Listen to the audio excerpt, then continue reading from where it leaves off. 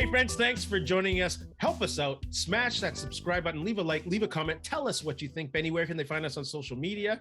Yeah, you can find us, Ray Benny Sports. We're on Twitter, Facebook, Instagram, and everyone's favorite, TikTok. Hoorah. Don't forget to leave a review and a rating on podcasts. We need them. 5 stars. Yeah, for sure. Please. We got some NHL talk. We got a lot of Winnipeg talk, obviously Blue Bomber talk, CFL talk, NFL talk, some crazy hot topics. But let's start off with the Winnipeg Jets. I'll start off. The week that was a reality check. We were talking like a couple minutes ago about my favorite quotes.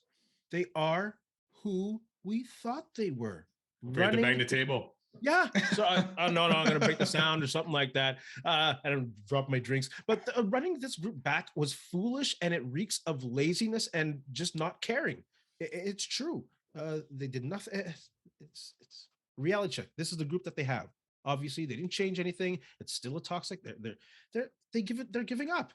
They looked horrible. There's no energy. They're a rudderless ship. There's no leaders. It's a reality check. That's what the week was.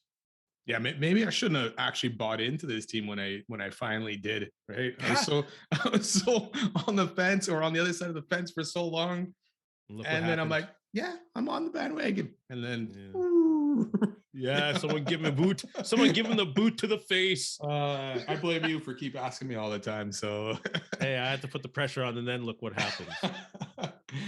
To me, this week was a disaster. I mean, we weren't expecting maybe a lot out of Carolina, Boston games, but we were expecting something out of Nashville and St. Louis, and both those games were terrible. I know they got the win in Nashville, but it wasn't a good effort. They actually didn't play bad against Nashville, but no. when your goal scorers are so cold, you're not going to win very many games, and they got shut out two times in the last 4 games. You know, you're not winning very many. Where are these guys? Like you say, I think they've quit. They've checked out. Absolutely. You know, some of these guys are like, they haven't scored in weeks. You know, Wheeler hasn't scored in what? A long time. I have it here. 16 games. 16 games. Connor has got 3 goals in 22 games. Dubois, where's he been? I know he's been hurt, but he still hasn't nothing in a long time. So terrible week, disaster of a week. It's hurting their playoff chances if they even have any. You know, even if they make it, I'm saying like they don't have a chance in that first round. No, like this, the hockey team exists because of this totally old boys club mentality of being loyal until it's harmful. You know, sticking with this toxicity of a dressing room. You know, they're lucky they came out of Nashville with a win. You know, Pionk had that crazy game where he went from the outhouse to the penthouse, and they looked horrible against the Blues. Like defeated, tired, emotionless, and rudderless. You know, talk about a rudderless ship. I'm going to go to Twitter. Shout out to at @CrayBay_27. They ask if Bonus ever answered questions post-game that there were on Twitter, what would you ask? My question would be, who are the leaders in the locker room and why aren't there any? Exactly. Rudderless ship. And that goes back to, I believe it was the Carolina game where Scheifele and Connor both refused to speak with the media. And Nino Niederreiter came out and spoke with the media instead. Yeah. To me, sorry, you want to be a assistant captain or a possible captain of this team, you step up to the mic when things are going bad. And for me, that's got to be Scheifele, man. Like you want to step up, you want to make dividends or repair any image from last season where you went out complaining, you know, at the press conference, and we give you the benefit of the doubt. Come out and do these press conferences. Stand up there like a man kind of thing, I guess, and speak to the media and let them know what's going on. Yeah. But he didn't, and then he didn't follow it up with anything better in the Boston, Nashville, or St. Louis game. Yeah. Well, maybe because the last time he did a press conference, he sounded like a total ass, not being sure if he wants to be here even. Like, why didn't they? A lot of people now want Wheeler and Scheifele traded. Well, a lot of people were asking for that last season. Look what happened. What a joke. Reality check last week. This is the team we have. I'm sorry. And like you said, even if we go into the playoffs, it's going to be a disaster. They're going to get stomped. Well, that's the thing. Like they should have cleaned house. If you're gonna do this right, do it right. Last year, clean house. Yeah. I mean, as much as it is, get into the Bedard sweepstakes. Like this is the perfect year to blow it up. and try and get a generational player if that was going to happen or not, right? Absolutely. Wheeler should have been traded at some point. And I know he started off the season, had a very good start to this season, but just like every Jet, he's checked out. Yeah. Right. Even the fact is the penalties, like he's just not there giving full effort on that puck, that he is taking weak penalties. It was late in the game yesterday where he took a tripping penalty. Yeah. And the goalie was pulled. It's like, come on, man. Like, be a hard of the puck. And to me, why are you even on the ice? Why is Ehlers on the bench? There's no point in that. He's the only one that's really scored on that top 6 in the last 2 games. Yeah, I was about to say those penalties aren't a coach's fault, but those line decisions are horrible coaching, horrible decision making. The power play went 0 for 13. Oh, but yet you still ended up putting the same power play out. Ehlers gets second power play unit, even though the guy, he actually scored some goals. He scored a beauty against Nashville, and he scored against Carolina as well. But yet he's getting shoved to the bench when it matters most, and you're putting the same guys out there. You need a goal, and you're putting the one guy that scored out not out there. So, and he's being put on the bench because of his defensive liabilities. But Kyle Connor has been playing horrible defense. Mark Scheifele has been playing horrible defense. Where's their accountability? There's not consistency there. Who's going to buy into a coach who's not consistent? No, you can bench these guys like Bonus has done in the last week. He benched Scheifele against the Carolina game. Yeah, but then you're going and you're putting them out, him and Connor out in overtime against Nashville anyway. So what kind of message are you sending? Especially with Connor, he's snake, but he hasn't scored in a while. And his defensive play, he is the type of guy that obviously if he's scoring, you can overlook the defensive lapses. But when he's not scoring, which he is not lately, those defensive lapses are huge. And it's been highlighted quite a bit this past week where he's just lost. Defensively, the Jets sometimes get lost in their own zone. Oh, they don't know who to cover. Horrible. Yeah. And I don't know, man. I'm just getting frustrated talking about this team. Like we talk about no heart, and we seeing Ehlers getting bounced around in a game, and he has to step up himself and fight against Shen. You believe that? No one on that team is going to step up on that same line of his and protect this little dude. We've seen it before where he's fought guys bigger than him, and he usually handles himself pretty well. But like you're saying, I agree. Like he should not be the one looking for this fight at all. But maybe he thought, hey, this is I got to give this team a spark. I got to wake them up, and that's what he tried to do, and it didn't work. Yeah. Not only did he get beat up, but he didn't work. There's no spark. No. Talking about like sparks and reasons to fight. Does fighting still have a place in hockey? I don't really think so. I mean, in case, of something horrible, like a bad hit kind of thing, and someone wants to get back at someone for that, fine. I don't like the core or the clean hits that end up leading to a fight. It was a clean hit. There's no problem with that. You can clearly see it was a good hit. There doesn't need to be a fighting. So to me, I don't watch hockey really to see a fight. Yeah. So to me, it doesn't have a place really anymore. I see. So I think it does. It absolutely does. Until the referees and the leagues get serious about fining and penalizing these players for physical play that's unnecessary, they have to police themselves. Yeah. They have to. Why isn't there fighting in the NFL with QBs? You know what happens when you fight in the NFL? 37 grand for the first fight, 74 grand for the second fight. You get a roughing the passer, 15 grand the first time, 21 grand the second time. Where's that in the NHL? If the league and the officials aren't going to protect people, especially our star players, it has to be there to protect them. Like, where would players like Gretzky, Howard, Chuck Solani, Bure, even McDavid at a certain point be if people were taking liberties with them? I think you have to have it until the league is responsible enough to find players and come heavy on them. I will agree in certain situations, it's warranted, and that's fine. But the little petty fights or the fights on clean hits, like that stuff needs to go. I agree with you though, in a sense. Though I would love to see people not do the headshots, and there's times where it just happens. It's a fast game and it happens, but there's so many times where it's intentional, and you can tell it's intentional. And it's like, what are you guys doing out there? You guys talk about unity and all this stuff, the NHLPA sticking together, but you're actually the ones that are going out there and nailing the guy in the head or hitting the guy from behind or knee on knees, right? Yeah. So stop with that too altogether. I can't see these coaches sending a guy out and go, okay, you need to knee McDavid now. Yeah. Not anymore. Maybe, 30 years ago, 20 years ago, or whatever it was. But I just get rid of the nefarious play out there. Play the game, hard hits. Let's see it, and let's just play a game. Yeah. And officials do your job, because if you're not, the players have to. Yeah, the officials will unfortunately probably never do their job properly. You love those refs. You talked about Kyle Connor earlier on. What is up with Kyle Connor? You know what? I can't even use analytics and statistics here. I usually don't anyways, but I'm just going by the eye test. The team sucks. No one is playing well, and there's no rhythm or there's nothing going on anywhere with any of these players. There's no chemistry, not rhythm. There's no chemistry. So the whole team, I'm not going to put it on Connor. It's just garbage. But like we said earlier, if the guy's scoring, you overlook some of his deficiencies. But he had one shot yesterday in the game, and that was yesterday. That was late in the game. Yeah, Scheifele ended up with none. And it's just like, those are your top two guys, your top scorers, goal scorers, and yet they're not even in the picture. Like even yesterday, hey, hats out to Joel Hofer for getting the shutout, even though it doesn't technically count as his own shutout. But he didn't have a lot of tough shots to face. There was a lot of pucks thrown towards the net and tried to be tipped in that missed or whatever. So the effort offensively is not there. Defensively, these guys are lost.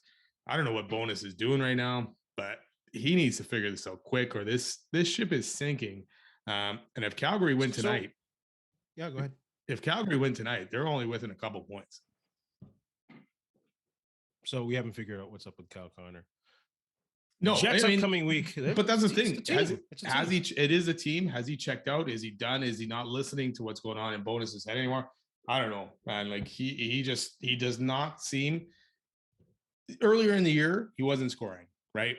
Like he was snake bitten, but he was getting chances, and you could see him putting that effort in to get that goal. Now he's not scoring, and that effort also does not seem like it's there.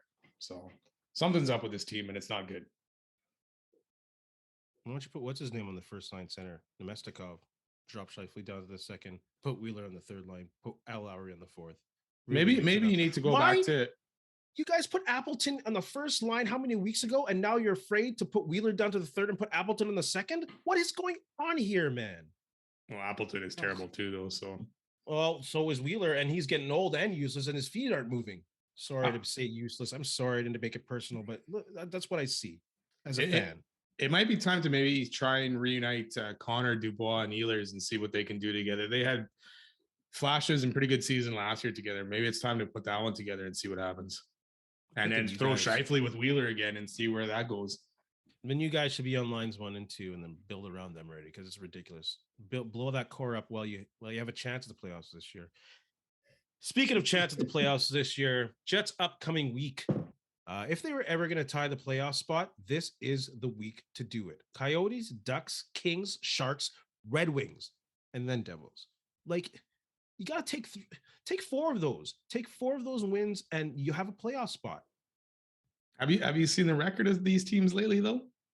I mean, besides San Jose, but Arizona's 6-2-2 in their last 10. Like, they've actually been playing pretty good hockey, and they beat St. Louis last week or 2 weeks ago 6-2.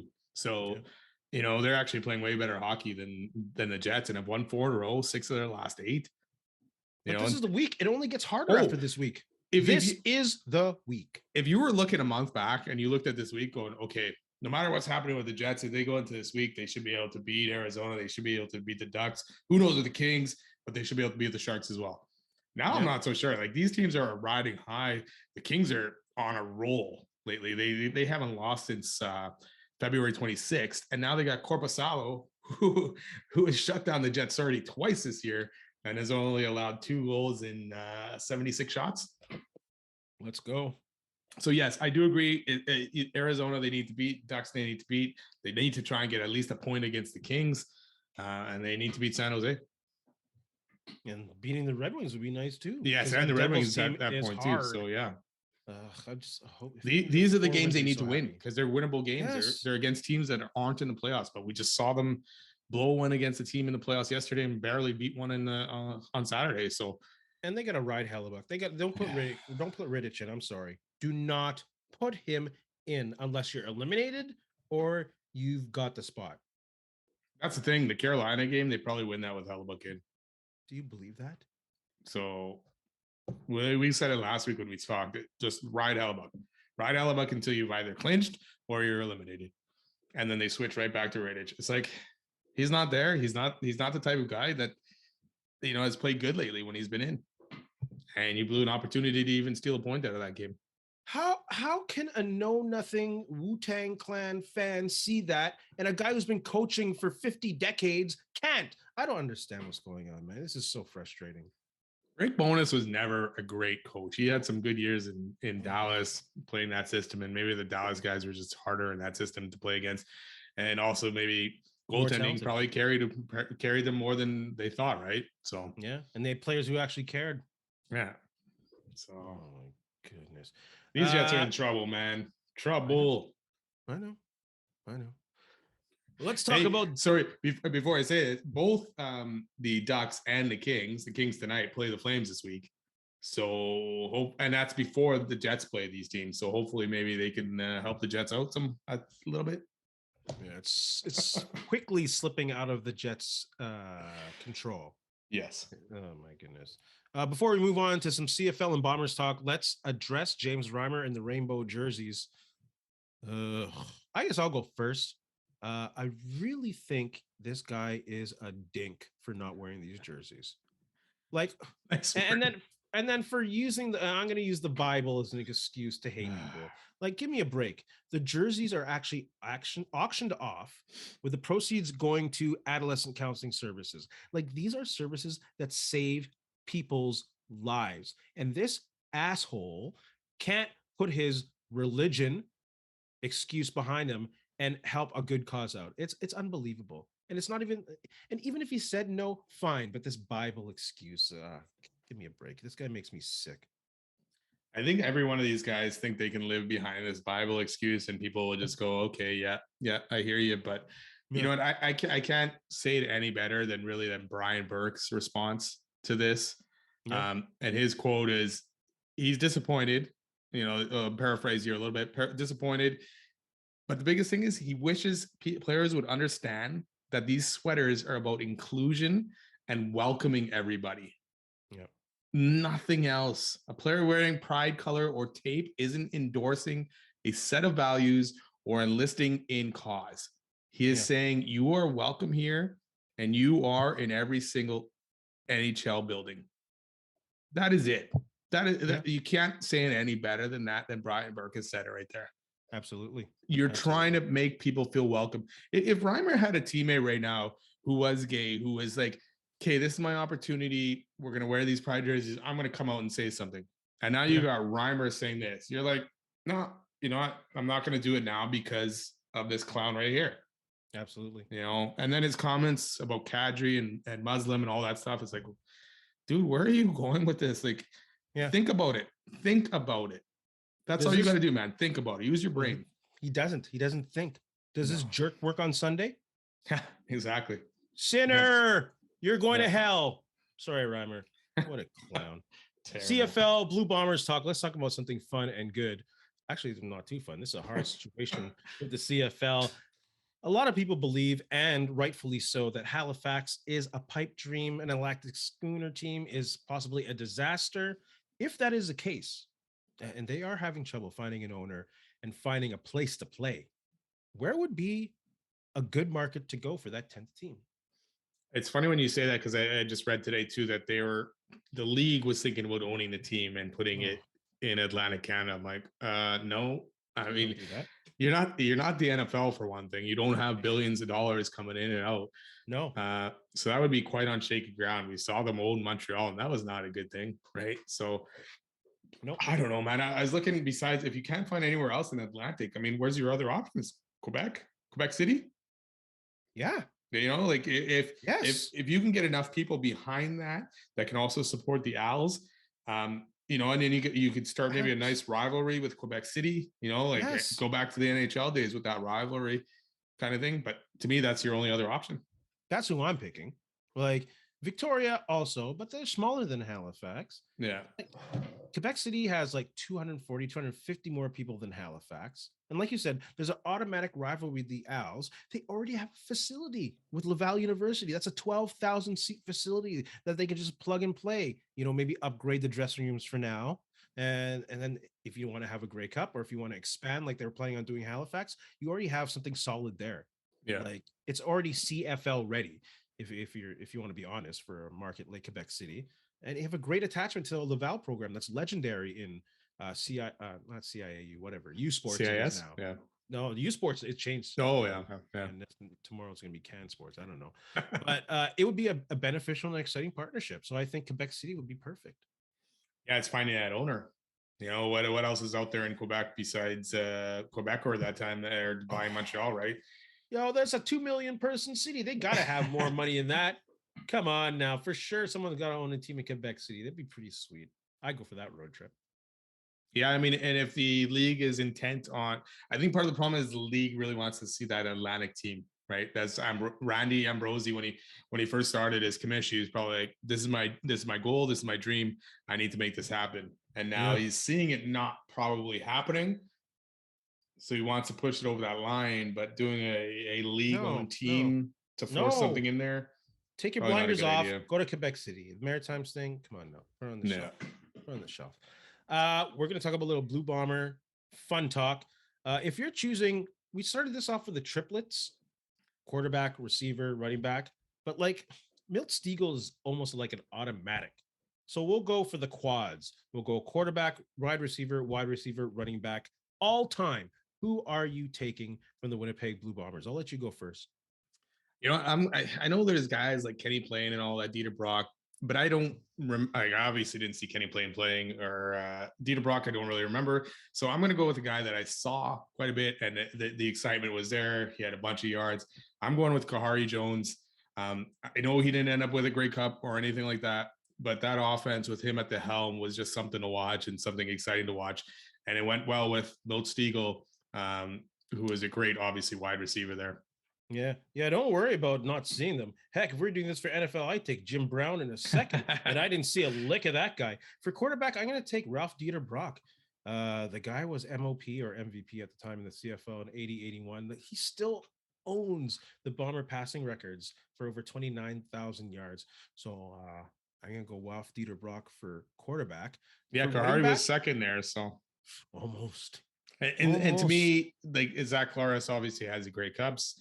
You know, not as much yards kind of thing. So, yeah, I just that Dieter Brock, imagine him throwing the ball to Milt Stiegel. Oh, my goodness. So Milt Stiegel is one of the receivers. I'm going to start off with the other receiver, and this might be a surprise. No disrespect to Joe Poplawski. No disrespect to James Murphy, but I'm going to take Arlen Bruce the third, 11th in the league in all-time receiving receptions, 11th all-time in receiving yards, 5th all-time in receiving touchdowns. That was a surprise to me. I'm going to take Arlen Bruce, although his career was all over the place. I'm going to take Arlen Bruce as that second receiver. How about you?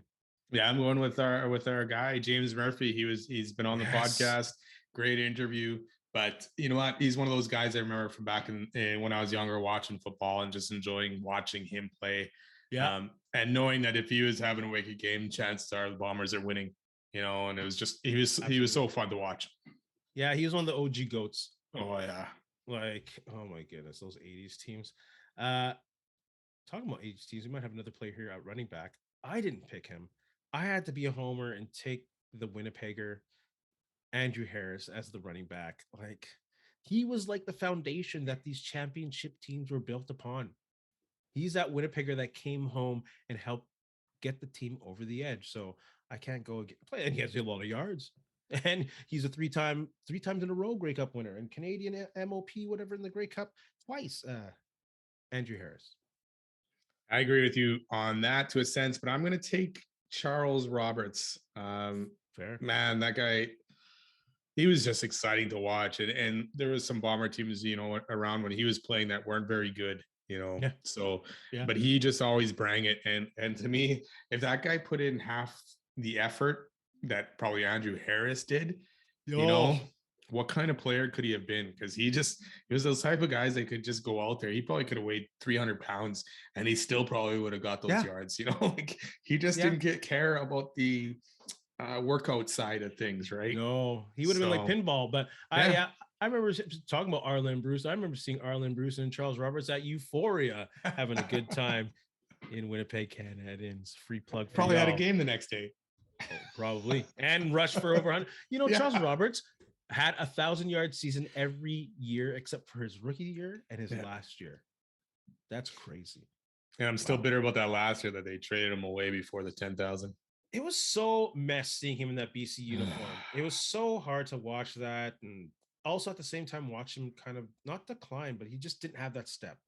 He was not as blink-ish. No, I mean, if you're not working out and all that stuff, that's going to catch up to you as you age, right? Yeah. You can maybe get away with it in your 20s to your 30s kind of thing, but yeah, once you hit 30, if you're not working out, like ask Andrew Harris. If Andrew Harris didn't work out and do all this stuff he does, is he still playing today? No. We got to find out how many times Charles Roberts hit that gym during the week. We should get Charles Roberts on. Oh, friends, if anyone knows how to get hold of Charles Roberts, we got a seat for him right here on Ray and Benny Talk Sports. Yeah, for sure. I don't know why I leaned in to say that. Yeah. Let's move on. That's a little creepy. Let's move on to NFL talk. Which NFL team is having the best offseason so far? I'll start off. I'll go with the Detroit Lions. They're having a crazy offseason, and they're a pretty tough team before, but their defense, they got a safety, Gardner Johnson from the Eagles, who can also play the slot, and he can play all over the secondary. He had a great Super Bowl. They got David Montgomery from Chicago, who's a power back. Great compliment to Swift. Talking about Charles Roberts, remember Mike Sellers, Thunder and Lightning. Yeah. They got that going on there. Emmanuel Mosley, your boy from San Francisco, a solid outside cornerback. Y'all lost him for an ACL in week 5. He's going to be there. Steeler fan, he got Cam Sutton, a great starting physical cornerback who can play all over the field, good at run support, and they brought back Graham Gaslow on the O-line. And they have picked 6, 14, 48, and 55. Detroit Lions.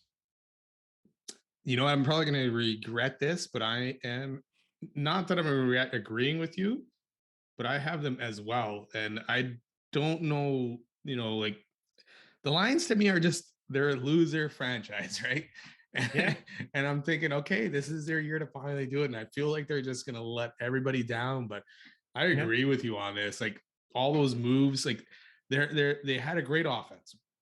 Or pretty good offense, right? Even with Jared Goff. And as long as Goff can do what he has to do, they should be okay. But they needed to address those players on the defense. And they did with safety Gardner Johnson, with Emmanuel Mosley. I hate that the Niners lost him, but I get it. They can only pay so many guys. And they just, the moves they made, like they lost Jamal Williams, but you brought in David Montgomery, who's younger and can do a little bit more. And Williams to me was a guy that can punch it in from the one. Well, Montgomery is that guy too. Yeah.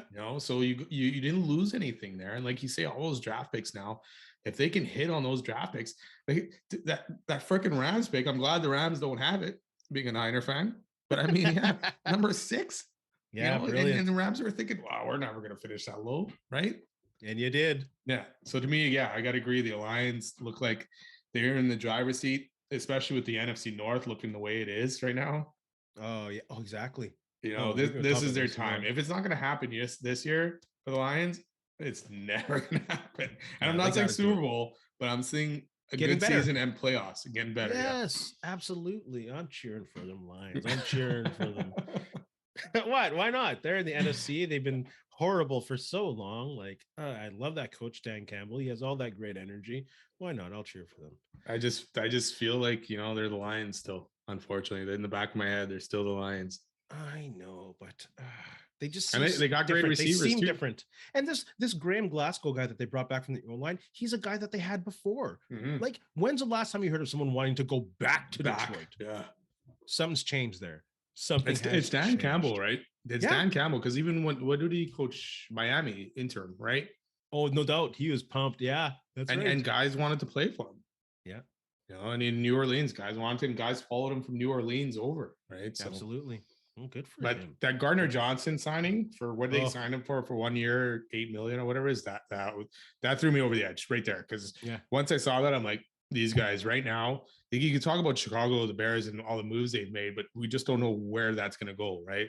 Detroit was on their proper trajectory, and now you bring these guys in, and you think they're just going to keep going that way. So it'd be interesting to see.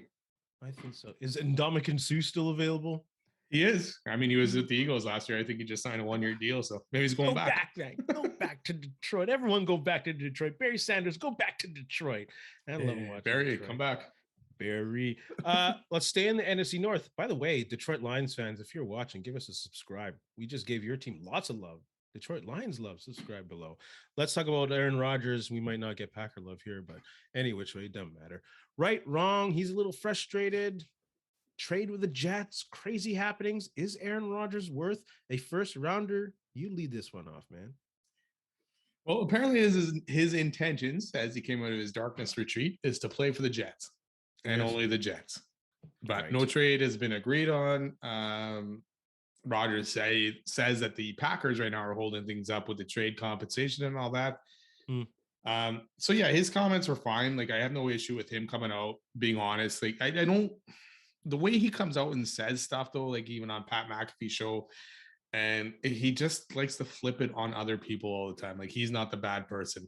Like, it's Green Bay now that's a bad person because they're holding up the trade. Well, Green Bay doesn't need to agree to anything quickly here, right? They can hold out and try to get as much as possible.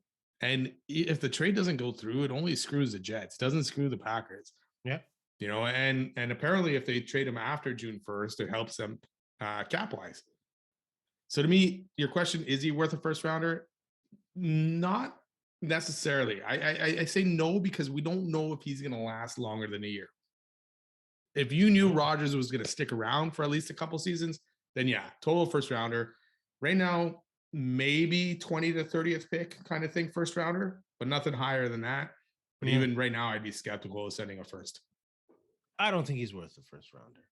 I don't think he's worth the $60 million that's owed to him. The New York Jets have to restructure that deal. That's crazy. They're close to the cap as it is with all this nonsense happening. So they got to figure out how to get him under a new contract. He's not worth $60 million. And he's definitely not worth a first rounder. I don't care if he plays another 2-3 years. He regressed last year. He regressed, and he's not a championship quarterback like Tom Brady. He loses in big games. He's a stat quarterback for the past times he's won the MVP. He's a stat quarterback. I'm sorry to say, he's been in a weak ass division. The NFC hasn't been that strong for the past 4 or 5 years where he was like the MVP, you know, and they kept messing up in big games in the playoffs. He's not worth a first rounder. Like, going back to Brady a bit, like Brady didn't have the greatest of seasons in his last Pats season, right? Before he went to Tampa, and you're thinking, oh, he's washed, right? And that's probably what the Niners probably thought, because otherwise they would have signed him instead of signing Garoppolo to a long-term contract. But Brady ended up having a wicked season, right? And leading Tampa Bay to I was going to say Grey Cup, Super Bowl. But that's the thing with Rodgers. He didn't have it last year. He was with a bunch of new wide receivers and they couldn't connect, you know? And then so you're thinking, okay, Devontae Adams left. Devontae Adams still had a wicked year stats wise, right? It didn't work out for the Raiders, you know, in the standings. But Rodgers suffered without Devontae Adams.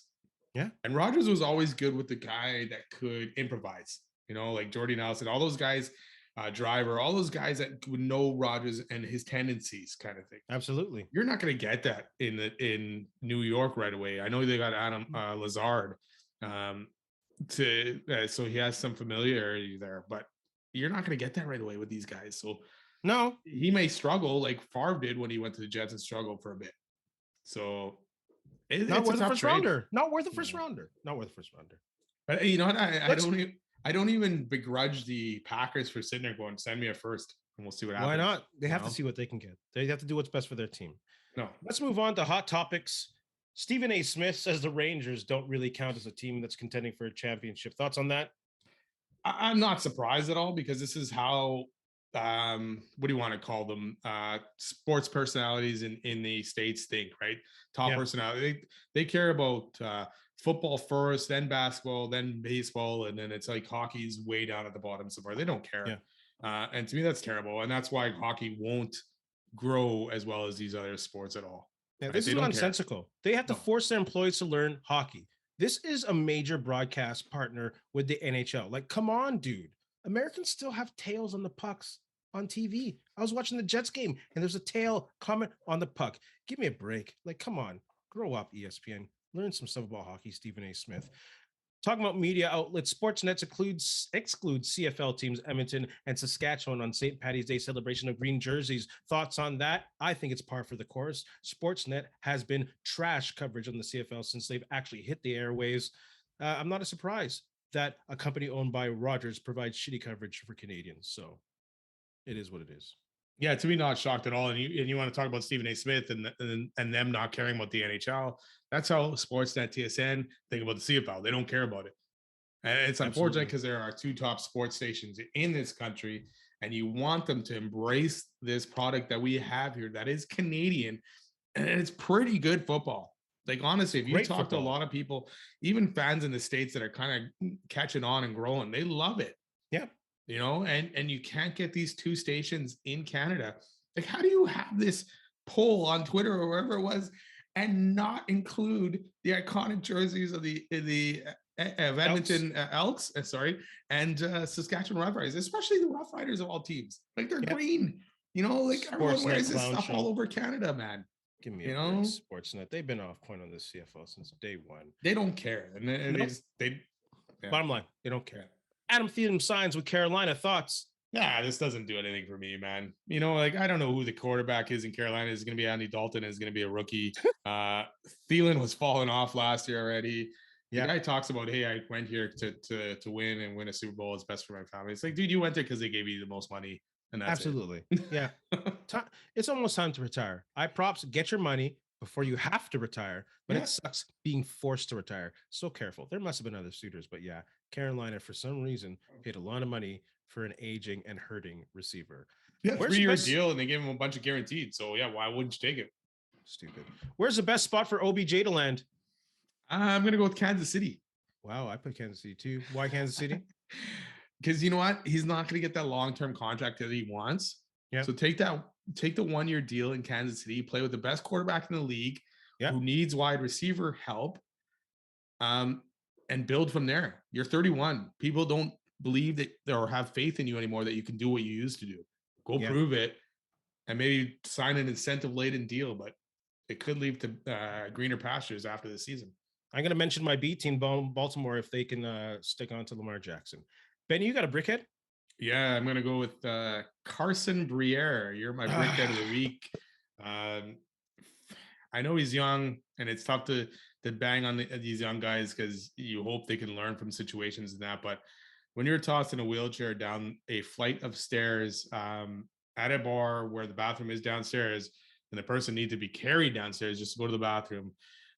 When you're tossing a wheelchair down the stairs, you're an idiot. You're a brickhead. You know, be better, man. What a buffoon. What a buffoon. Let's talk about good people. Like, how can you do that to someone? Entitled piece of trash. I don't care if you were drunk or how much you had to drink. It's wheelchair, man. You know, someone needs that wheelchair. Someone needs it. You know, it wasn't a drink. It wasn't anything else. So, and of course, you know, he's from a nice little family. It's another story of rich boy rich boy does a little la la la. So we'll see. Yeah, it's too bad for his dad right now. He's trying to get a GM job with the Flyers. So let's talk about good people. Shout out. I'm going to give a shout out to the U of M Bison women's volleyball team for advancing to the national semifinals happening on Saturday. They beat number 3 ranked Mount Royal in the quarters, and they will be playing a national legendary powerhouse of UBC in volleyball. They have like 12 national championships, most in the country, in the semifinals on Saturday. Winner advancing to the finals on Sunday. So shout out U of M Bison's women's volleyball. Alma mater, Black Hole Theater. Where's your shout out? I'm going to give a shout out to Daniel Hauser, who's the goaltender of the Winnipeg Ice, who just set a new franchise record for most wins in a single season at 37. Pretty good season so far for the Winnipeg Ice and Daniel Hauser. Hopefully they can take it far in the playoffs. So shout out to him. They're just dominant. They're dominant. And I hope they find a way to figure out how to save that franchise and keep them here and do it properly. I don't think it's fully the owner's fault. They had to go through a pandemic, you know, when the team was just starting out. Yeah. Maybe they didn't plan properly for their new space, but still that didn't help at all. So hope they get their stuff together. Yeah. Sure. Do you have anything to say to our friends? You know what? Just thanks a lot for listening. Don't forget, subscribe, follow, and leave us a rating on your favorite podcast, and have a good week. And in the famous words of LeVar Burton, we'll see you next time. Hey, friends and neighbors, don't forget to check us out online on Facebook, TikTok, Instagram, and Twitter at Ray Benny Sports. And don't forget to check out our YouTube channel. Leave a like, leave a comment, tell us what you think.